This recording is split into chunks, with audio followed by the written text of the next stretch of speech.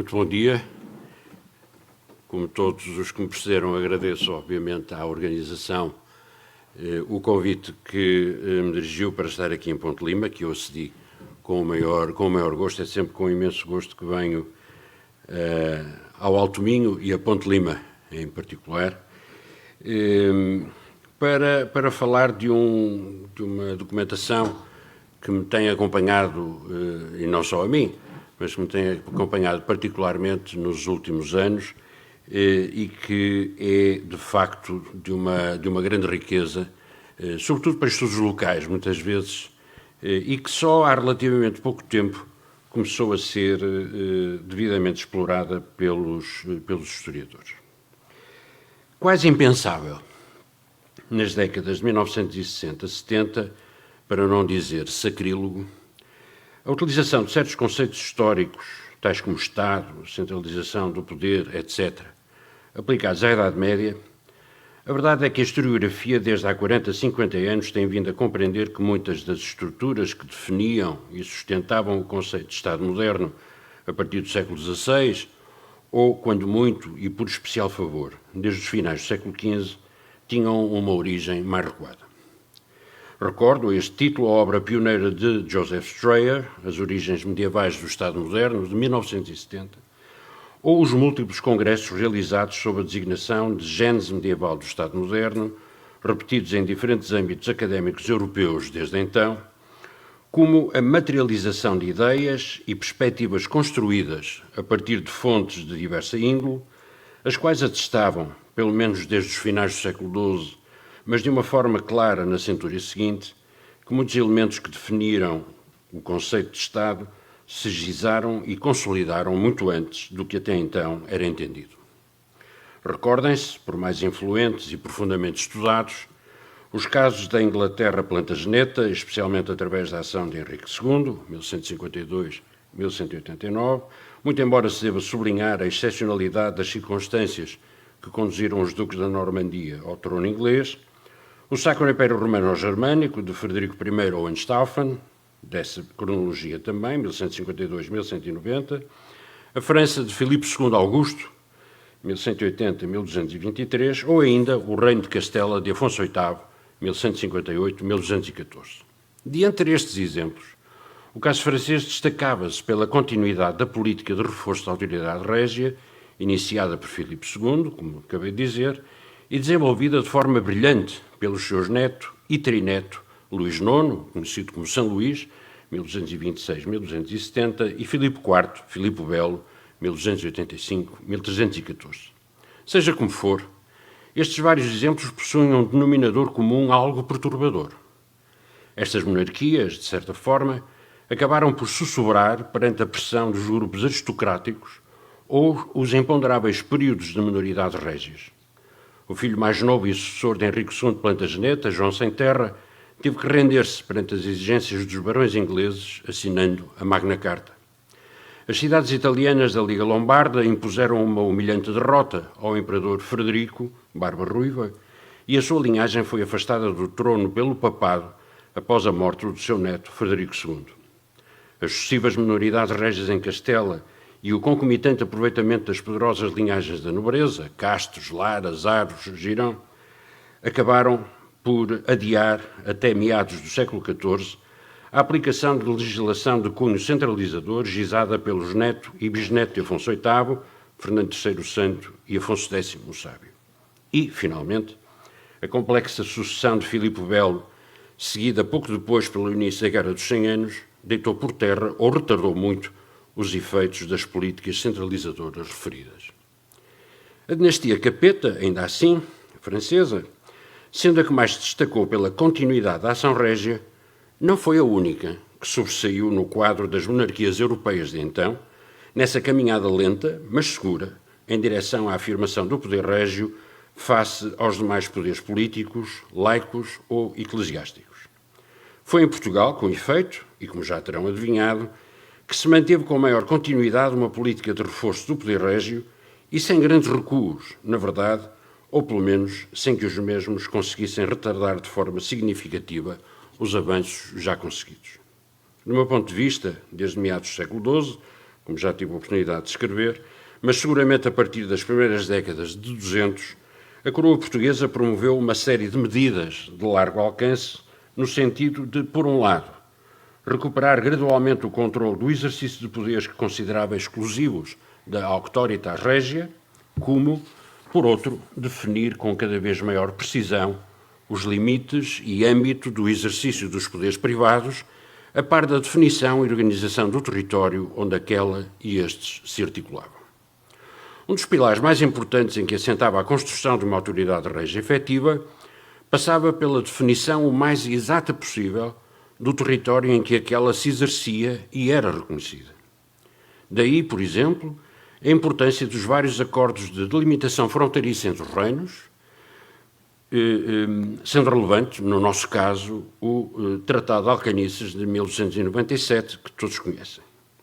Mas, para além desse limite exterior, havia dentro de cada território várias malhas divisórias, várias fronteiras, as quais, com diferentes graus de antiguidade e dinâmica, que correspondem a outras tantas instituições ou centros de poder que, ao longo de um tempo, por vezes muito longo, tinham permitido definir espaços, mais ou menos extensos, e enquadrar as populações que ali se encontravam.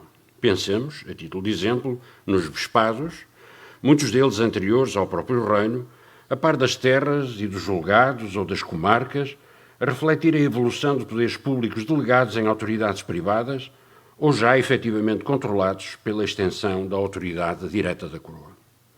Todavia, quando se reflete sobre essas diferentes estruturas e se olha para a sua configuração nos séculos XIV ou XV, temos de compreender que no início do processo que temos vindo a referir, a realidade era muito mais difusa e que havia largas zonas de indefinição, de sombra, diríamos, razão de ser de conflitos e de tensões. E, na verdade, as primeiras resistências sentidas pelos monarcas vieram precisamente daqueles poderes há mais tempo instituídos, alguns deles com raízes na Alta Idade Média, quando não mesmo na época da Espanha Romana. Referimos-nos, como é óbvio, aos poderes episcopais. Já voltaremos à questão. Pelo exposto, facilmente se compreende que os monarcas tivessem de se socorrer de mecanismos que lhes permitissem avaliar a extensão dos seus domínios diretos, ou seja, até onde a sua autoridade se estendia sem obstáculos. E foi nesta matéria que a jovem monarquia portuguesa se destacou perante as suas congêneres. Os inquéritos levados a cabo a partir do reinado de Dom Afonso II, 1221-23, e até ao seu bisneto, Dom Afonso IV, são um caso único no contexto europeu no âmbito da afirmação do poder régio. Poder-se-á questionar o verdadeiro sucesso dessa medida, como alguns pretendem, mas dificilmente se poderá negar o seu contributo incontornável em articulação com outras medidas mais, como é evidente, na hora de tentar compreender como é que a monarquia portuguesa se manteve na rota do fortalecimento do poder régio, com muito poucos retrocessos, por comparação com os demais, até ao final da Idade Média. Esta introdução, porém, e ainda quando necessária, já vai longa. Chegou o momento de nos aproximarmos do território que aqui nos convoca, Ponte Lima, e que olharemos a partir daquele observatório, ou seja, os referidos inquéritos, sob duas perspectivas. O da evolução administrativa do espaço que hoje incorpora o Conselho Limiano, primeiro, e depois as forças senhoriais que mais o marcaram, a par da autoridade do Senhor Rei. Ponte Lima, nos séculos XIII e XIV, o território. As inquirições gerais, promovidas pelos monarcas portugueses desde o primeiro quartel do século XIII e continuadas até meados do século XIV, são unanimemente consideradas como uma fonte privilegiada para os estudos locais, uma vez que fornecem informações preciosas e continuadas ao longo de quase 150 anos, que muitas vezes seria difícil de encontrar na documentação dispersa pela Chancelaria Régia, em cartórios eclesiásticos ou nos arquivos municipais. Organizadas de acordo com as preocupações crescentes de uma monarquia em expansão, devido à Reconquista, e de um poder régio orientado para o exercício de um controle gradual e firme sobre todo o território, quer do ponto de vista fiscal e militar, quer político e social, aqueles inquéritos foram um instrumento essencial para os monarcas formarem uma ideia cada vez mais precisa da capacidade de alcance da sua autoridade. A geografia destes inquéritos régios, por outro lado, é bem reveladora das áreas que podiam representar espaços mais complicados do ponto de vista da autoridade régia, tendo em vista a grande concentração de domínios senhoriais a norte do Rio Voga, pelo que foi para ali que mais vezes se dirigiram as comissões de inquérito. Dito isto, é bom de ver que o Alto Minho foi objeto de inquirição por diversas vezes. Não nas primeiras, de 1220, uma vez que o inquérito foi exclusivamente dirigido para a área que coincidia com a arquidiocese bracarense e, como é bem sabido, até ao final do século XIV, o território entre o Minho e o Lima, como de resto já aqui foi dito, estava sob a alçada eclesiástica da diocese de Tui, mas sim nas seguintes, desde as de 1258 até às de 1343. A melhor forma de ver a referida evolução administrativa de Ponte de Lima será através da cartografia que acompanha estas linhas e que passarei a comentar, seguindo a cronologia das referidas inquirições e chamada a atenção para as características de cada um dos inquéritos, diferentes entre si nos motivos e no alcance, embora emanados sempre da autoridade régia. Antes, porém, seja-me permitido apresentar e comentar de forma, vamos lá ver se eu sei, de forma muito sucinta alguns mapas prévios para melhor situar-nos Ponte de Lima no território mais vasto do reino, por forma a sublinhar as mutações que as já referidas redes de influência foram sofrendo num permanente reequilíbrio de forças. E, ainda, compreender como se distribuíam as áreas mais densamente controladas pelos senhores e pela coroa. Será essa dupla perspectiva que nos permite ver a terra limiana com um olhar que acompanha diacronicamente as diferentes histórias de poder. Creio que isto...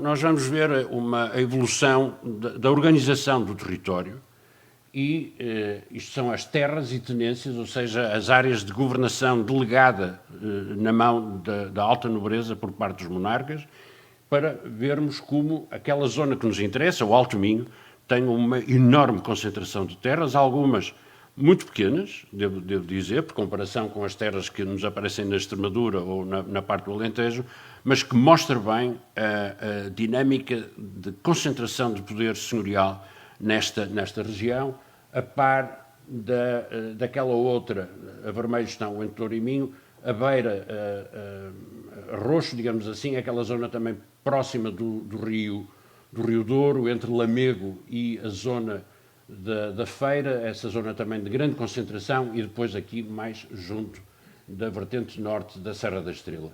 Trás-os-Montes, muito difusa, uma terra completamente diferente, com uma senhorialização muito especial por comparação com o Entre Douro e Minho. Em Bragança havia uma linhagem completamente dominadora, eu quase diria castradora para o aparecimento de linhagens secundárias que só vão emergir quando os senhores de Bragança, os braganções, não, os Bragança posteriores do século XV, entenda-se, desaparecerem ou perderem a sua hegemonia e passarem a contar com outras famílias. Mas neste caso aqui são terras de governação e depois a Extremadura, o Alentejo e o Algarve com muito menos expressão.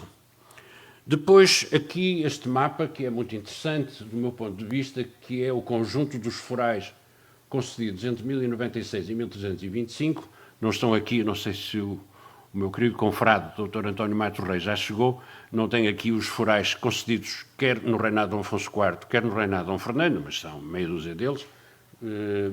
E peço que notem, aqui não tem apontador, creio eu, que reparem em praticamente todos os mapas aquele retângulo, não sei se veem, há um retângulo amarelo, creio que se consegue distinguir, que cobre a parte do noroeste, um Entre Douro e Minho mais alargado até às margens, até ao vale do Rio Voga, que eu vou já referir. Mas reparem a pouca quantidade de forais dentro dessa zona, por comparação com a área exterior a este retângulo, sobre o qual já me irei referir.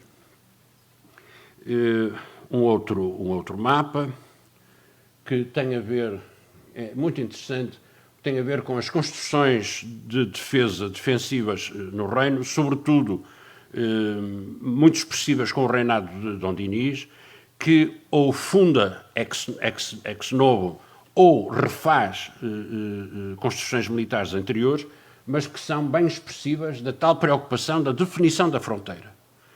E a grande maioria destas construções vamos encontrá-las precisamente na fronteira do Minho e depois em toda a lateral de ligação com a coroa de Castela, até cá abaixo, até à zona do Algarve. São pouquíssimas as construções militares no interior do reino, ou porque já existiam, ou porque ele ou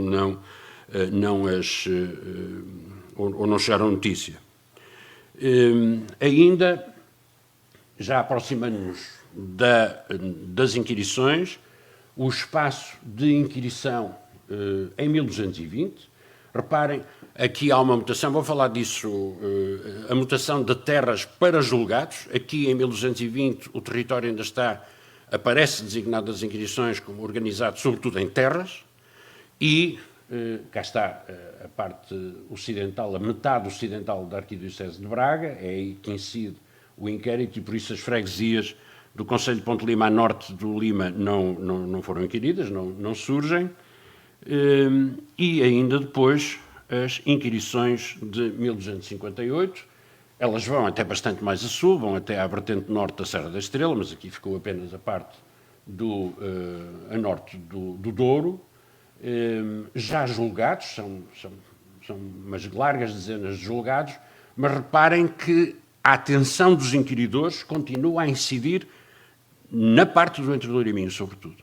Enquanto que a inquirição na área transmontana, até porque tem um povoamento muito mais incipiente, ainda está em muitos sítios, nem freguesias tem, ainda não há uma organização paroquial definida na parte transmontana, e finalmente, antes de irmos para aquilo que nos interessa, a mancha, o âmbito geográfico das inquirições régias de 1288-90, creio que não vale a pena, a imagem fala por si, tendo em conta a densidade do inquérito feito dentro daquele retângulo que nós vamos aqui comentar. As primeiras inquirições, ordenadas por Dom Afonso II em 1220, resultaram de um conflito direto entre o monarca e o arcebispo Dom Estevão Soares da Silva, à partida pela ingerência régia no senhorio bracarense, ao pretender impor um notário régio na cidade de Braga. Mas, na verdade, é um capítulo mais das tensões que opunham o poder régio ao poder episcopal, já iniciado com o pai do monarca, Dom Sancho I, e que só viriam a abrandar com a assinatura da Concordata de 1289, assinada entre Dom Dinis e a Santa Sé. Esse braço de ferro, porém, explica que as inquirições gerais de 1220 apenas incidissem na parte mais ocidental da Arquidiocese de Braga, como se poderá ver no primeiro mapa. Esta é a cartografia da inquirição de 1220.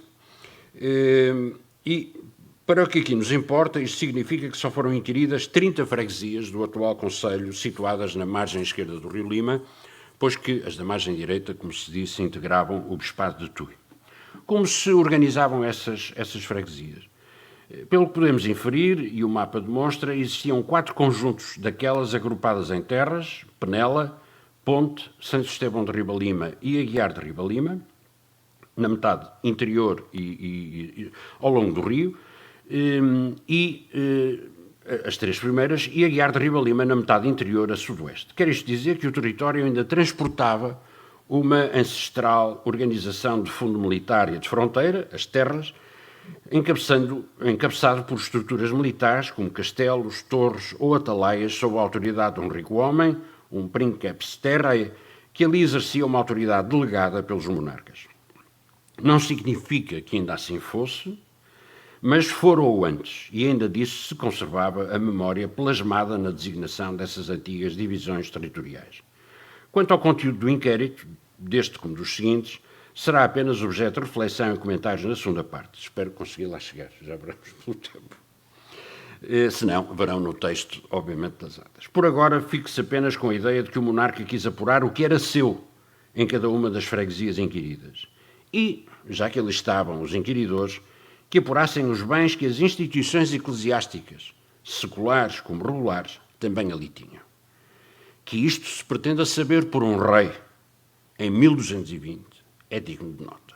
Nós nem sempre valorizamos as coisas no seu próprio tempo. O rei quer saber que instituições existem freguesia a freguesia. Não é, de longe, tão simples como se possa imaginar. Cerca de 40 anos depois, o segundo dos seus filhos a herdar a coroa, Dom Afonso III, sentiu-se já bem firmado no trono e no poder para ordenar um novo inquérito.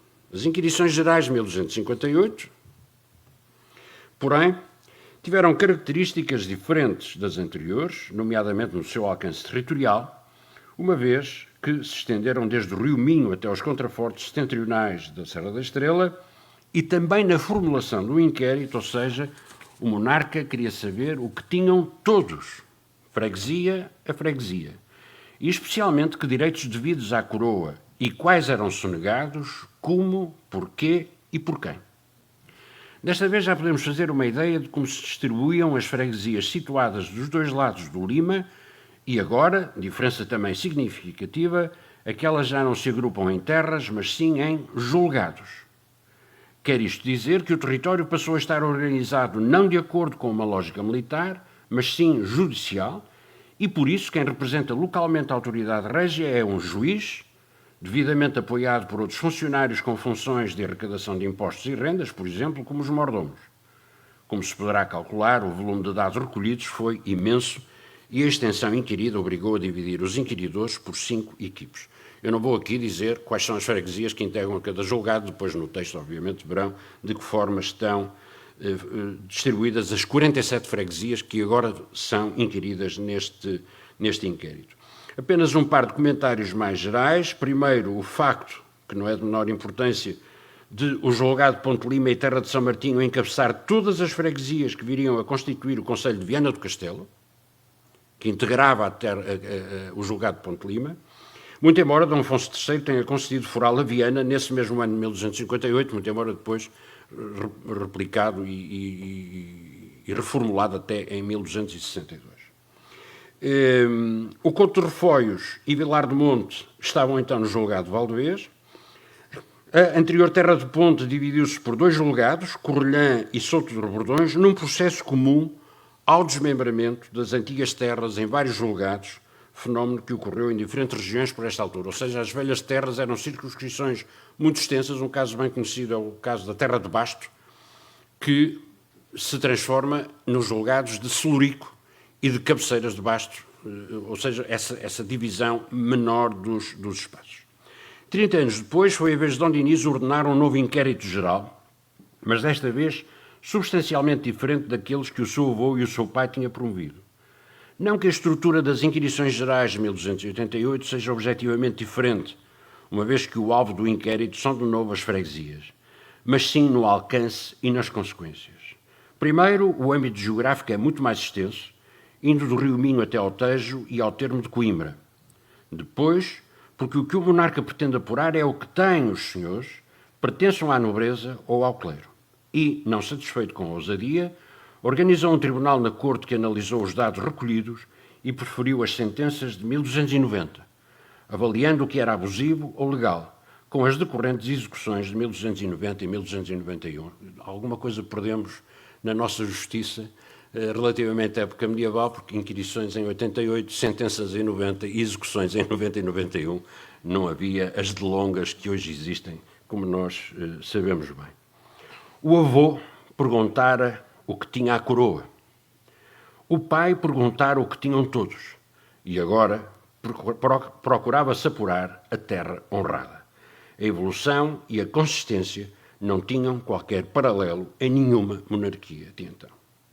Quanto à organização das freguesias, sensivelmente as mesmas do inquérito anterior, com a diferença de que os coutos monásticos não foram inquiridos, porque os inquiridores já sabiam que eram terra imune, portanto não valia a pena os inquiridores iam, e daí os buracos que aparecem às vezes nestas inquirições, pensa-se, bem, perdeu-se a informação. Não, os inquiridores não iam ao couto de Pombeiro ou de Santo Tirso, porque já sabiam que era terra imune e, portanto, não há registro de inquirição nesses sítios. É interessante o aparecimento de uma série de coutos eclesiásticos, que obviamente já existiam, mas que são referidos agora, como o de Domês, da Sé de Braga, o da Correlhã, de Santiago de Compostela, e o da Faixa da Condessa Dona Leonor Afonso, meia-irmã de Dom Dinis e viúva do Conde Dom Gonçalo Garcia de Sousa. Para além, obviamente, dos julgados de Ponte Lima, Souto Rebordões e Aguiar, agora designado como Aguiar de Neiva, num conjunto de 50 freguesias. Dom Dinis ainda ordenou mais 3 inquéritos até ao final do seu reinado, 1301, 1303, 4, 1307, 11. Eu só apresento aqui o mapa de 1307, 11. sensivelmente a mesma realidade. Estes inquéritos são bastante parcelares, já que, ao contrário das anteriores inquirições, eram varridas todas as freguesias de cada julgado e agora não. Agora os inquiridores vão diretamente às freguesias onde suspeitam que existem abusos.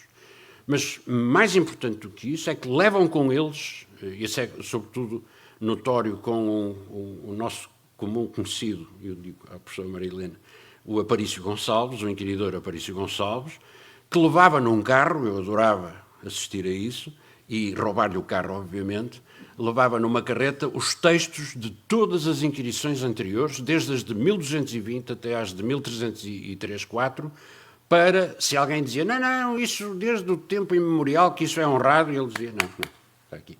Foi provado em 1220, ou 58, ou 88, 90, que não era, e, portanto, é dado de base.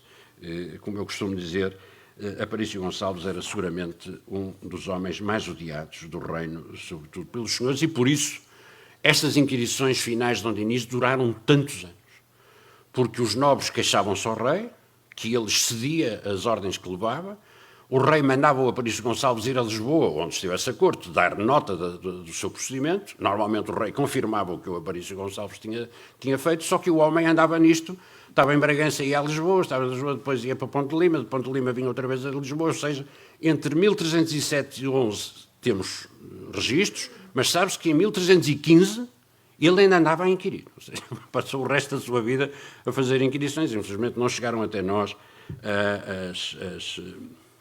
as atas. E para concluir, a primeira parte, as inquirições de 1343, estou a brincar com o Presidente da Mesa, naturalmente, tenho que dizer assim, as inquirições de 1343 são as últimas, de Dom Afonso IV, curiosamente, na sua estrutura, são muito parecidas com as de 1258.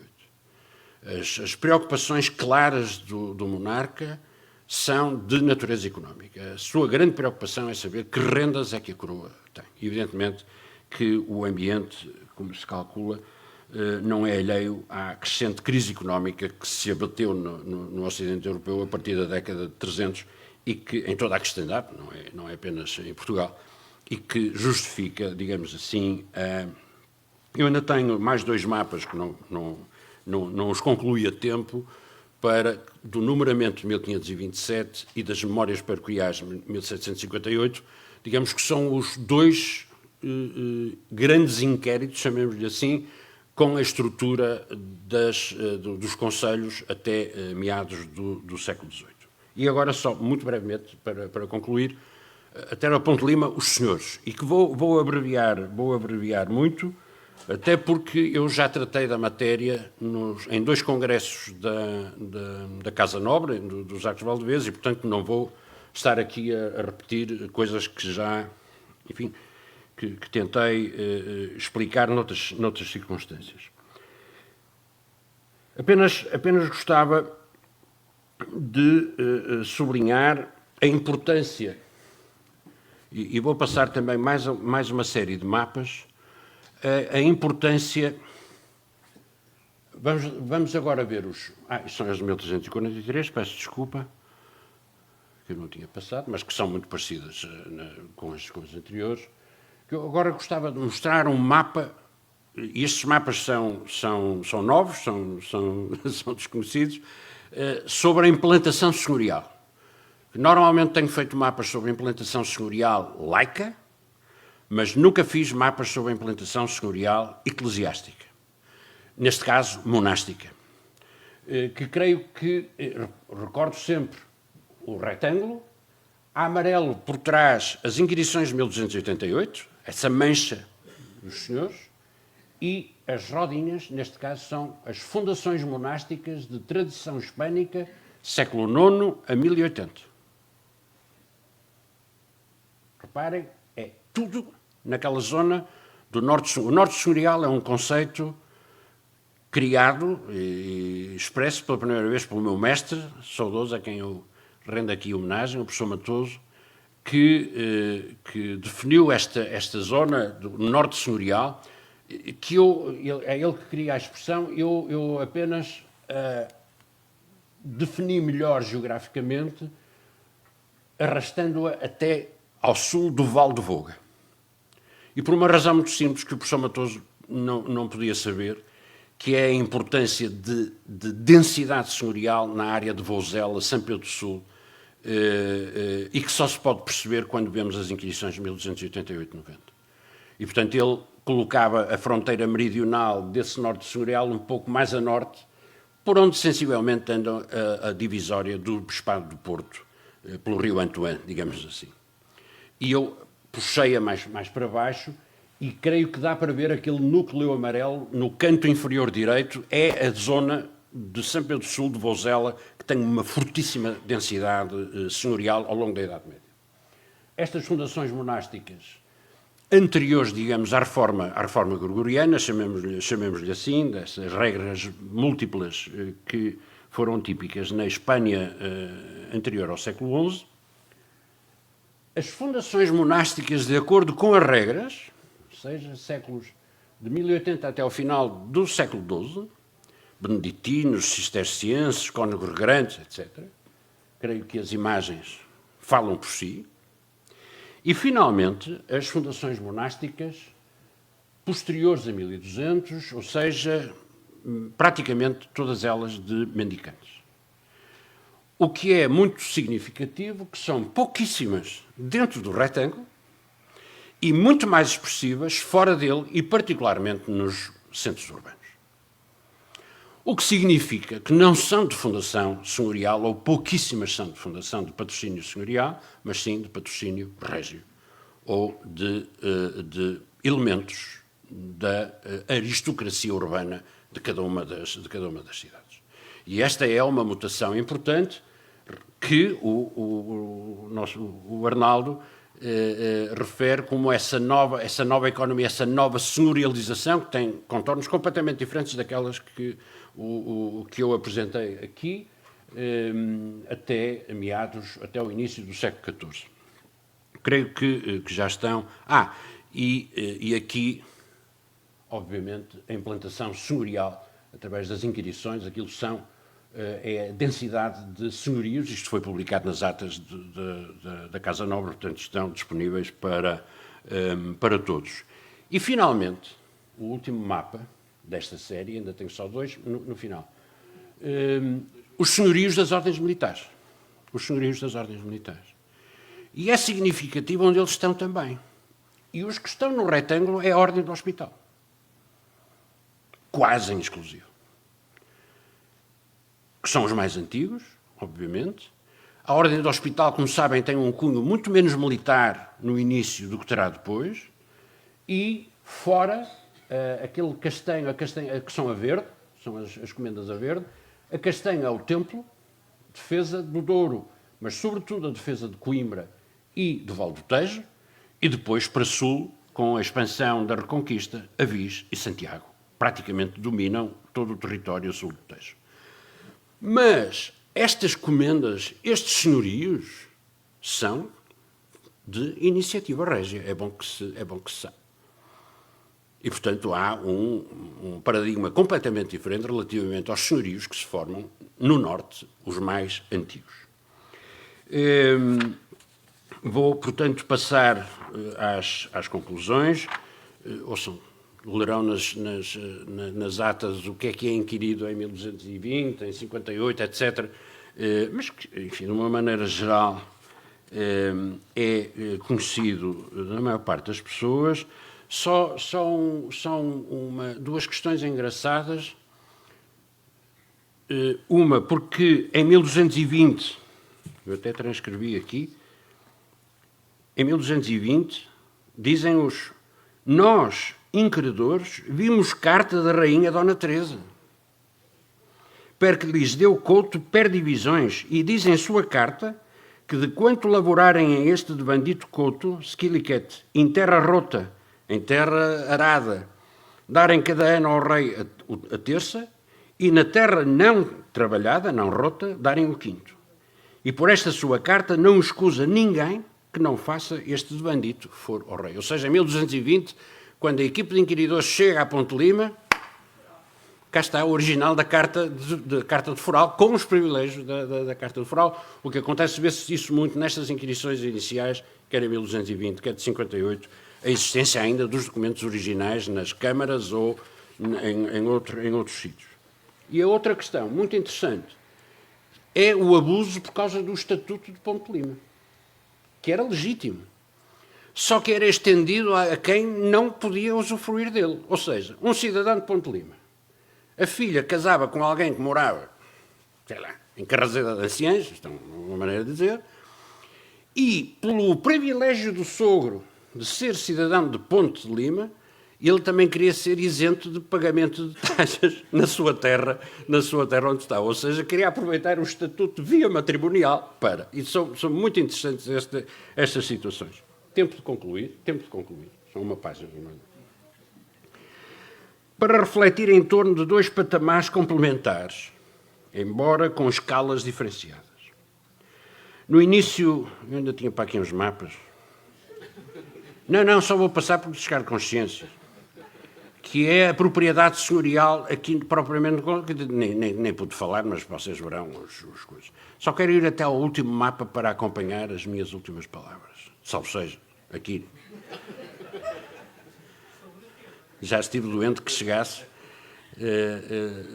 Espero ainda cá estar mais uns anos. Cá está o último mapa. No início desta apresentação, partimos do âmbito nacional, o reino, para o regional. O território que oficialmente nasce em 1125, com um foral, e que acabará por configurar uma realidade que se foi estruturando até ao atual Concelho de Ponte Lima. Pois agora vamos afastar-nos da árvore para ganharmos uma perspectiva mais ampla da floresta, para usar uma imagem de todos conhecida. Território antigo, formado por freguesias documentadas, algumas desde o século X e muitas desde o século XI, abençoado Padre Abelino Jus da Costa, que através dos censuais da Arquidiocese de Braga identificou centenas de freguesias, dando a sua datação mais antiga, que ao longo do tempo se foram organizando de acordo com as necessidades impostas pela defesa, numa altura em que os poderes régios não tinham ainda os mecanismos para um governo direto, delegando por isso nos elementos elevados do grupo aristocrático o exercício de funções como a justiça, que deveriam ser estritamente públicas, mas que então surgem encabeçadas pelos ricos homens, os quais tinham o governo das terras. Paulatinamente, depois, essas várias circunscrições foram-se reestruturando, por vezes fragmentando-se em outras menores, os julgados, que já surgem plenamente organizadas de acordo com as pautas emanadas pelo poder régio, através dos juízes, dos mordomos, dos porteiros, assessorados pelos tabeliães e protegidos pelos alcaides nomeados pelos reis. Era o tempo, verdadeiramente, dos concelhos. Foram as histórias patrimoniais vividas em cada uma dessas freguesias que os inquiridores resgataram através dos diversos questionários que os monarcas e os seus conselheiros delinearam.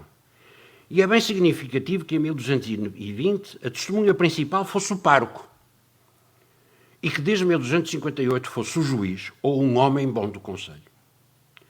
Que em 1220, em 1258 e em 1288 a inquirição fosse conduzida por uma comissão representativa das forças senhoriais e régia e que a partir de 1301 só houvesse um inquiridor da Casa del Rei e da sua criação que inquiria, julgava e sentenciava sozinho em nome do Senhor Rei. E os monarcas compreenderam muito cedo que reinavam sobre dois reinos distintos. Um, que cada vez com regras mais estritas aceitavam que fosse o Portugal senhorial, o retângulo, mas onde a concentração era de tal natureza que nenhum podia crescer ao ponto de suplantar os demais e criar um sério problema à coroa, como aconteceu em todas as monarquias que referi no início, e um outro, para lá daquela fronteira imaginária do norte senhorial, que era o Portugal concelhio e régio, um território cujos senhorios foram criados não por presúria ou na noite dos tempos em que os homens não hão memória, como muitos invocavam, mas pela graça régia. Esta história que vos contei chega a 1350 ou até poderia chegar a 1400 sem grandes variações. Mas depois a história será outra, com senhores e senhorios mais poderosos, com condados e ducados altaneiros.